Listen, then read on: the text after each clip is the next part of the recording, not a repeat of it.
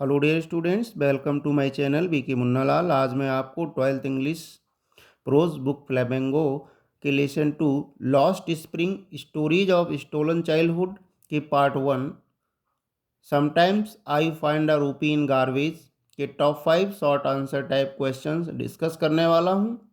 Students, यदि अभी तक आप मेरे चैनल पर नए हो तो चैनल को सब्सक्राइब अवश्य कर लें, जिससे आप मेरे आने वाले हर वीडियो का नोटिफिकेशन प्राप्त कर सकें। तो आइए शुरू करते हैं। Top 5 short answer type questions from sometimes I find a rupee in garbage.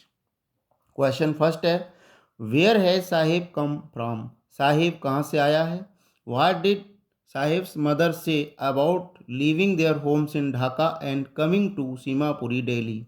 Sahib की माँ ढाका में अपने घरों को छोड़ने और सीमापुरी दिल्ली में आने के बारे में क्या बताती हैं?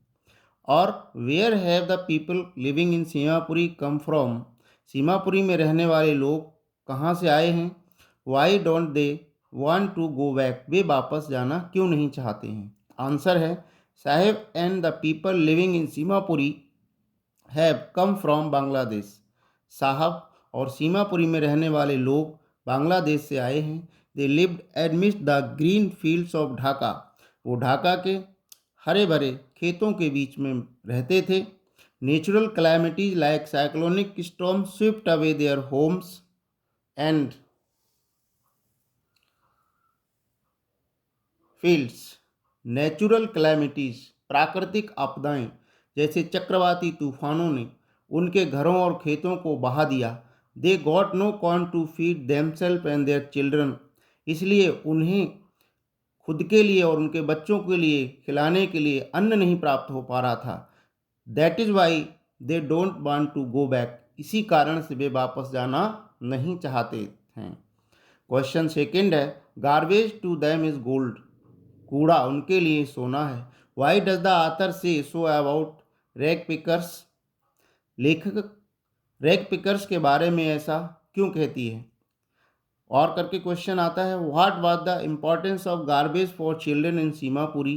सीमापुरी में रहने वाले बच्चों के लिए कूड़े का क्या महत्व था? और what does Saheb look for in garbage dumps? Dumps means कूड़े के ढेर। साहेब कूड़े के ढेरों में क्या खोजता है? आंसर है, साहेब इज अ रेक पिकर। साहेब एक कूड़ा बीनने वाला है। ही स्क्राउंजेज द गार्बेज डंप्स। वो कूड़े के ढेरों में स्क्राउंजेज मानी खोजता रहता है। फॉर बिट्स ऑफ पेपर कागज़ के टुकड़े, प्लास्टिक आइटम्स प्लास्टिक की चीज़ें, रैग इटची रैग्स मीन्स फटे पुराने कपड़े आदि को वो खोजता रहता है। He makes a living by selling these things. इन चीज़ों को बेचकर वह अपनी जीविका कमाता है, जीविका चलाता है। So garbage is nothing less than gold for the rag pickers. इसलिए कूड़ा बीनने वालों के लिए कूड़ा सोने से कम नहीं है। It is a means of survival for elders. बड़ों के लिए ये उनके जीने का साधन है। क्वेश्चन थर्ड है, describe the irony in Saheb's name. साहब के नाम में व्यंग को वर्णन कीजिए। जो उसके नाम में व्यंग है उसको वर्णित कीजिए। और what was the full name of Sahib? Sahib का पूरा नाम क्या था? Did he knew what it means? क्या वो इसका अर्थ जानता था? What did it represent? ये किसका प्रतीक है? आंसर है, the full name of Saheb was Sahib Alam. Saheb का पूरा नाम साहिब आलम था। It means lord of universe. इसका अर्थ है ब्रह्मांड का मालिक। It is quite ironical. ये पूरी तरह से व्यंगात्मक है। दैट दिस साहिब आलम, ये दुनिया का मालिक अर्थात Sahib Alam, is a young bare foot rag pickers. ये छोटा सा नंगे पांव कूड़ा बीनने वाला है, दुनिया का मालिक नहीं है ये। He scrounges for gold in the garbage dumps of Delhi. ये दिल्ली के कूड़े के ढेरों में धन को ढूंढता रहता है, कुछ पैसों को ढूंढता रहता है। गोल्ड मीन्स कुछ ऐसी चीज़ों को ढूंढता रहता है जिन्हें बेचकर को वो अपनी रोजी रोटी कमा सके। क्वेश्चन फोर्थ है, why did children in Seemapuri stay bare foot? Seemapura में रहने वाले जो बच्चे हैं वो नंगे पांव क्यों रहते थे, और what explanation does the author offer for the children not wearing footwear. Seemapuri में जो बच्चे रहते थे वो जूते चप्पलें क्यों नहीं पहनते थे, इस संबंध में लेखिका क्या एक्सप्लेनेशन, क्या व्याख्या देती हैं। आंसर है the children like Saheb in Seemapuri stay barefoot because their families can not afford to buy footwear due to poverty. Saheb की तरह सीमापुरी में रहने वाले बच्चे नंगे पांव रहते हैं क्योंकि उनकी फैमिलीज, उनके परिवार गरीबी के कारण उन्हें जूते खरीदने का खर्चा अफोर्ड नहीं कर सकते। अफोर्ड मीन्स बहन करना, उनका खर्चा उठाना। वे गरीबी के कारण उनका खर्चा नहीं उठा सकते हैं, इसीलिए वे बच्चे नंगे पांव ही रहते हैं। It has become a tradition for them to stay barefoot. ये उनके लिए ट्रेडिशन मीन्स परंपरा, नंगे पांव रहना उनके लिए एक परंपरा बन गई है। But the writer doubts it, लेकिन लेखिका इसमें संदेह प्रकट करती है।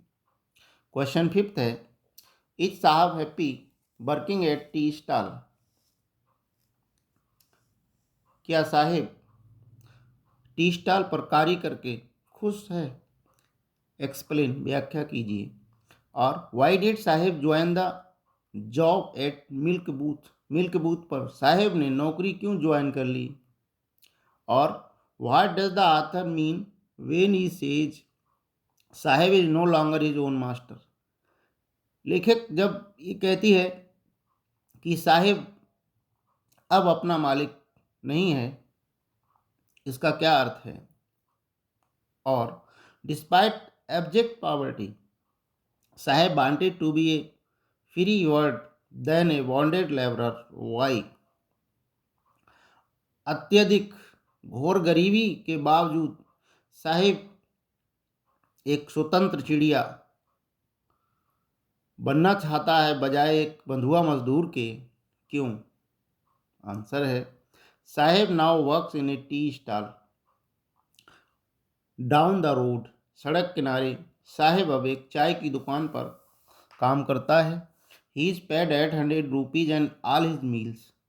अब उसे 800 रुपये और सारा भोजन, तीनों टाइम का भोजन उसको मिलता है। But even then he does not seem to be happy. इसके बावजूद फिर भी वह खुश नहीं प्रतीत होता है। The steel canister he carries now, अब वो स्टील का पीपा कैनेस्टर जो ले जाता है, is heavier than the plastic bag he used to carry on his shoulders. जो प्लास्टिक का बैग अपने कंधे पर वो ले जाया करता था, उससे वह कनस्तर जो अब ले जाता है ज़्यादा भारी है। He is no longer his own master, अब कुल मिलाकर वह अपना मालिक नहीं रह गया। He is just a servant now, वह अब केवल एक सर्वेंट है, नौकर है। आशा है स्टूडेंट्स ये वीडियो आपको पसंद आया होगा। पसंद आया हो तो इसे लाइक कीजिएगा, शेयर कीजिएगा। वीडियो के अंत में मैं लेसन फर्स्ट के टॉप 5 क्वेश्चंस का लिंक दे दूंगा, वहां जाकर आप उन टाइप 5 क्वेश्चंस को भी तैयार कर सकते हैं। Thanks for watching. फिर मिलते हैं नेक्स्ट टॉप 5 क्वेश्चंस के साथ।